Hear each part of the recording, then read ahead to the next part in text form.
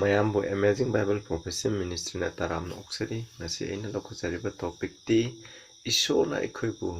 amot pada kauba natte dubu sengbada kaubani haiba sigi maramda ikhoi khara Bible dagi yengmanasi ahanbada ikhoi ishora pathana tawse saga taibung malem punamoku senbiba ingam ngamba ipa ishona akwai ngai letana thagatsari ngasi ipa ishona hana ikhoi kari maramgidamak kari tawnangi damak kaubibano haibasi maramda aikoina nahaki shastragi nahaki asumba wai khara nainagadori masida aina ngama khudamu nahaki aningbagi matung oina ohenbiu tariba isinauksingdasu nahana bol pinabiu Prabhu Jisu Kristagi mingda kuramjari Amen. Koi ahanbada First Thessalonians 4:7 ase paminasi masigi verse ase aina khara explain tawjage masida masigi sermon ase yumpham For God had not called us unto uncleanness. Ishon aikoibu Shengdabada amotpada aikoibu kaukiba natte, but unto holiness ashengbada aikoibu kaubibani hai masida. First Thessalonians 4:7 ase amaruai akoi Christian singidamak Christian isinnaw akoi se karigidamak ishona kaubibano kadaida aikoibu kaubibano kari tawnaigidamak kaubibano haina masigi tenkraba verse asina mayek chengna aikoida takli Ephesians 1:4 that's right. According as he had chosen us in him before the foundation of the world. Prithvi malem prithvi ase laisem dringai ki mamangda mahangna aikoibu khandokraba adugi matung ina hai mana karigidamuk malem prithvi semdingai dike aikoije kari tawnai khandokno haibasida haiko that we should be holy and without blame before him in love nungsibada mahaki mamangda aikoise mara leitaba asengbo oiningai gidama khandokani hai koina pabyawdana asengbo punsi ama hingai gidama malem prithvi lai semdringai dagi aikoi taibung miba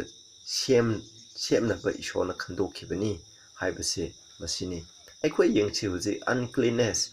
First Thessalonians 4:7 da uncleanness amsung holiness haibasi meaning khara khangminanaba aikoi yengminasi Bible dagi uncleanness hana yengminasi uncleanness haibagi meaning ase aikoina ani lei ahanbada physically uncleanness adi akoigi hakchang mapan thongda amotpa phiron setpa aduga akoi mapan thongje motpaje asi amora kai tawba phattaba hauthi paiba asinasingba koina amangba potsing paibase masibuna physical uncleanness ni ainga sidi masigi maramda ngangjaroi. Number 2 the morally uncleanness akoi lamcha sajata ludaba se masibu aikoina uncleanness ke meaning kawe akoi hana yengmindase koina physical cleanness ke di Bible da yam yaukre sinauching koina amang mi asiba paibe yaroi aduga apum masa leibasing paibe yaroi masi phunggadabani tawgadabni dress setpadasu si tawgadabni si tawroidabni haiba niyom yam leikre maduda dai chesaroi adubu ishona kobase akoi Christian moibase akoi gi fijet chakcha da koina yamna luna tanana akoi yumgi akoibasing aduga aikoina cheliba akoi iruja thok khotoktana aikoina nungaina aikoina asengba mapan thongda yamna sengba punsi ama hingadabani haibasi chu maruoi masi chu aikoina indaba yade adubu mapan thonggi oina lubadagi hena maruoi budi manungi lubasina maruoi uncleanness haibasi gi meaning je Leviticus 16:16 da pi makoigi Jewsingi day of atonement chai ime manungda makoigi pap singdokpaki thabak tawe haidiba sida haiko karigidamak tawbano haibada because of the uncleanness of the children of Israel masa singi amotpado aduna maram oidana haiko because of their transgression in all sin makoina paap khudingmak to aduda tawbagi damak haibani aduna makoigi sangdokpagi thabakse taweba masidagi uncleanness haibasiga transgression haibasiga samane masina haibadi paap tawba haibani aduna paap tawba mising ase aikoina lamchatta moleba masidagi Israel sasina sengdokpa darkale khuju sengdokpa darkale Deuteronomy 21:4 gi matungnasu sina haibigi matungnadi kanaguma nupa amna nupi ama lawre haiba nupi tuna atopa nupa amaga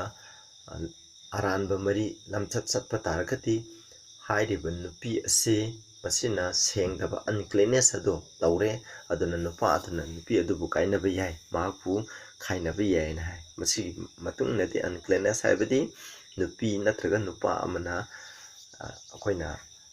ishona yadaba mongda atopa miga mari leinabase masibu akoina uncleanness haina khanai masiju pa makalamni amu Israel 9 gi 10 11 da ipazaroi na koina num screen di yang bi on samna explain to ge masigi matung na thi karino haiba masina uncleanness haiba se ma se haidi atopalam koina hedan sing na tongari ba amo phattaba sing isho ya thang thugai ba phattaba sing lai muti lapana amot pana pek thanba mokoi sengdaba na pek thanba aduga mokoi gi tukachaba sing na pek thalle mokoi na thalle hai aduga side hai ko asigumba sing se masibu uncleanness ka changkane which have filled it from one end to another with their uncleanness. I mean, hedalan sing habadi lai muti lapa sing Israel tabazati singna Canaanites na tawriba mukhrigi lai muti khuramba amotpa lamsa sadan motpa tukutjaba adukumba yam ishona pamdaba tawriba sing ado adubu uncleanness hai masini koina masina habadi akoisu lai muti lapa thaini gi mamangda leiriba ji na tawramba hoji Christian na tabasing na khoigi aroiba samasida khoigi matam khoigi miyam marakta tawriba Christian na tabasing na tawriba lamcha sasat amotpa kai sukumba sing ase khoina tawroidabani habi madugi athadu masida maikshna pidi sinawsing na khoi munna tabiu munna yingbiu khoi Christian na khoina chakadaba lisatse masida hairibini aduga Ezekiel 39 gi 23 24 gi matung na zuko masida jo hedan sing ne aduna Israel masasina karigidamang mokoi hedan gilamda haide Babylon da mokoi captivity oiduna Assyria da puri wasigi maram karino mokoi na papto bagini maram di mokoi na aigi marakta paptoi aduna aigi maithong ase mokoi de kelesha lebni mokoi de buyang abasingi mokoi de piribni aduna mokoi thangi mayat mokoi taribni chida ko bort 20 according to their uncleanness and according to their transgression have I done unto them mokoi gi shengdaba lamcha sajat mokoi na yathang thugaiba aduna maram oiduna aina mokoi da hairibasing ase tawribani haina asumna hai aduna ikoina sida pakraba texting asidagi ikoina khangai sengdaba uncleanness haibadi ikoina pap haibase isogi wen thang thugaiba pap tawgi thabak ase tawroidabani aduga hedan singna aiti ikoigi samajda leiriba ikoigi isor khangdaba misina tawriba tukutchaba thabak sing lamchat sajat wangang sangang asigumba myam se ikoina tawba yate haibase Bible na kya da mek seng hebno asigumba khoi Christian haraga khoi gi kero lekai da tawriba sing mi sing tawriba phattaba pap ki thabak sing mokoi na chaliba lamcha sada sing ase mokoi gi matung ina mokoi gi phichek cha gi matung ina khoi na chatpa tarabadi khoi je sengdaba mi kawe aduna Bible na yade khoi di Christian oiba khoi di mokoi di tongana khoi gi wang changa lamcha sadata tongana leinaba ishona kawrakpani kanagumba Christian haraga ꯑꯩꯈꯣꯏꯒꯤ ꯌꯨꯝꯂꯣꯟ ꯀꯩꯔꯣꯟꯅꯕꯗ ꯂꯩꯔꯤꯕ ꯏꯁꯣꯔ ꯈꯪꯗꯕ ꯃꯤꯁꯤꯡꯒ ꯆꯠꯃꯤꯟꯅꯕ cinema ꯙꯔꯃ ꯀꯨꯝꯍꯩ ꯍꯔꯥꯎ ꯌꯦꯡꯗꯨꯅ ꯐꯠꯇꯕ ꯇꯧꯔꯤꯕ ꯃꯃꯤꯡꯊꯒꯤ ꯅꯣꯡꯃꯥꯏꯖꯤꯡ ꯅꯨꯃꯤꯠꯇ ꯅꯠꯇ꯭ꯔꯒ ꯊꯥꯡꯖ ꯅꯨꯃꯤꯠꯇ ꯆꯔꯆ ꯀꯥꯕꯁꯦ ꯃꯁꯤꯅ ꯑꯁꯦꯡꯕ ꯈ꯭ꯔꯤꯁꯇꯥꯟ ꯍꯥꯏꯕꯗꯨ ꯅꯠꯇꯦ ꯑꯩꯈꯣꯏ ꯄꯥꯞ ꯊꯥꯗꯣꯛꯁꯤ ꯏꯁꯣꯔꯒꯤ ꯊꯧꯖꯥꯜꯅ ꯄ꯭ꯔꯚꯨ ꯖꯤꯁꯨ ꯈ꯭ꯔꯤꯁꯇꯒꯤ ꯊꯧꯖꯥꯜꯅ ꯑꯅ ꯑꯩꯅ ꯃꯌꯥꯝꯗ ꯑꯥꯄꯤꯜ ꯇꯧꯖꯔꯤ ꯑꯔꯣꯏꯕꯗ ꯑꯩꯈꯣꯏ ꯌꯦꯡꯖꯩ ꯋꯥꯠ ꯏꯁ ꯍꯣꯂꯤꯅꯦꯁ ꯑꯁꯦꯡꯕ ꯍꯥꯏꯕꯁꯤ ꯀꯔꯤꯅꯣ ꯑꯩꯈꯣꯏꯅ ꯑꯁꯦꯡꯕ ꯍꯥꯏꯕꯁꯦ Roman 7:12ꯅ high maram aduna law se sengi the commandment holy isogi yathang singje sengi just and good makoje dharma cheli amasung aphabani hai aduna holiness habi arthadi isor masamakta asengbado lei isogi law su sengi hai masi arthadi isor su sengi law su sengi habi arthadi karino isogi law ga isor masamak samane isogi law se isogi lamchada do aibo ina pithokane masini aduna asengba haibse kaino yathang tara shona pibibe yathang ase masising ase inbada asengba haibado lei haibane 1 Peter 1:14-16 hai haibe inba angang oina not fastening yourself according to the former lesson in your ignorance na koina khangda duna Prabhu Jisu Christ loksan dinge mamanda tawramba phattaba hakchangi aningba pamba chalambado adugi matung ina sataduna na koi haibe inba angang ama oina haiko but as he which had called you is holy nahapu kaubiba mahado sengba marana so be ye holy in all manner of your conversation na koi ki wang changang da sengbo OU verse 16 because it is written asumna ikre be ye holy for I am holy ai shengi aduna na khoi shengu haibni masi phuja khraba ishona ikhode pibi bo phawne maramdi ishoma samak shengi ishoma samak shengi habase karina tai ma ki yathang asina ma ki lamsat adu tai aduna aikoina ishona sengbagumna hoi ishomakna sengbagumna ishomakta leiba sengbdo aikoina ngangmani habnate